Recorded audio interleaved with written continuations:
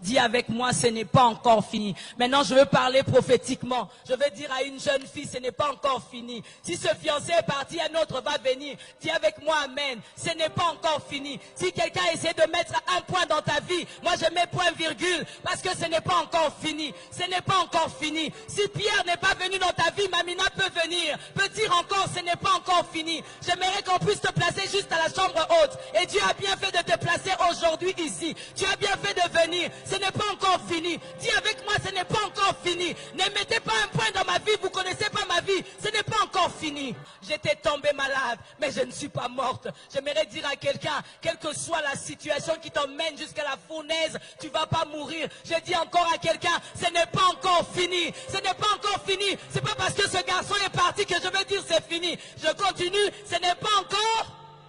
Yes, malgré les masques, nous dirons cela. Lorsque Tabitha a écouté les pleurs, elle ne s'est pas réveillée, elle était endormie, elle était morte. Mais lorsque Tabitha a écouté la voix de Pierre l'appeler, Tabitha, lève-toi, la Bible dit, elle s'est assise. J'aimerais entendre la voix de Pierre, j'aimerais avoir des pierrettes tout autour de moi. J'aimerais pas avoir autour de moi des femmes qui pleurent, qui me donnent des désespoirs. Ce mari t'a quitté, c'est fini pour toi. Non, j'aimerais m'asseoir à côté de Pierre qui va me dire, Tabitha, lève-toi. Bien-aimés, en ce jour, nous ne voulons pas nous faire entourer des femmes qui nous parlent que des choses qui partent en dégradant. Nous voulons nous entourer des femmes qui nous parlent des choses qui ramènent la résurrection. Dis Amen avec moi.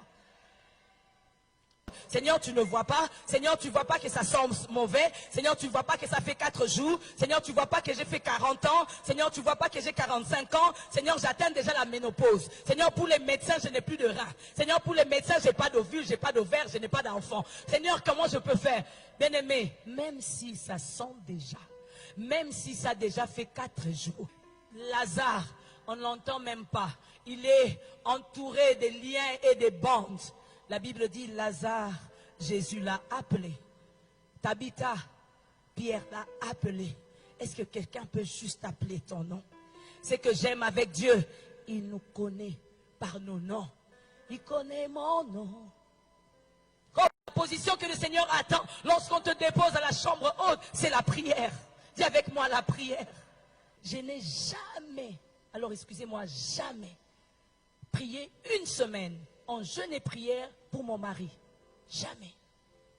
Mais je l'ai appris. Le Saint-Esprit m'a dit, tu veux que Noëlla monte de dimension? Entre dans la chambre haute.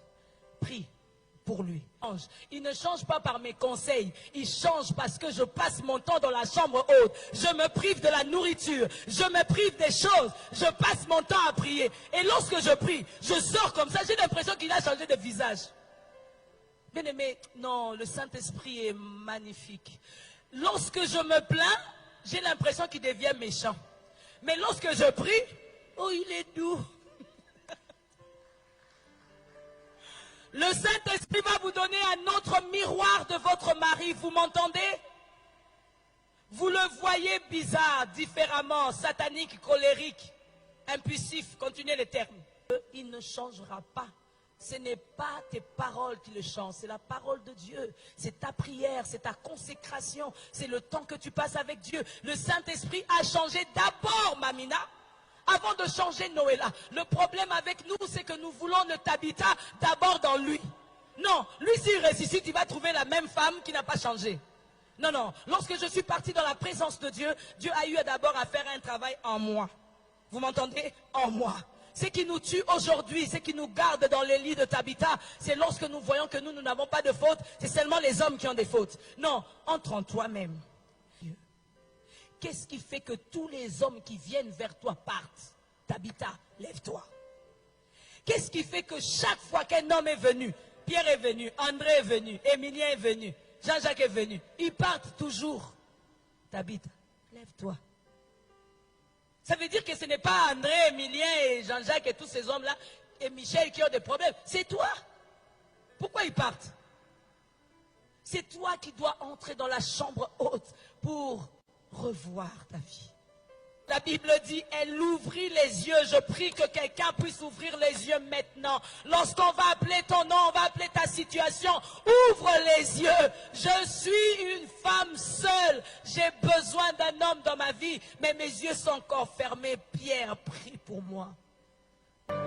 une stabilité. Une stabilité. Et elle s'assit. Si dans votre famille on a pensé que tu ne vas pas te marier, j'ai dit et elle s'assit. Et elle s'assit. Yes. Oh. Oh. Si dans ta famille on a dit tu ne vas pas avoir d'enfant et elle s'assit, tu vas t'asseoir.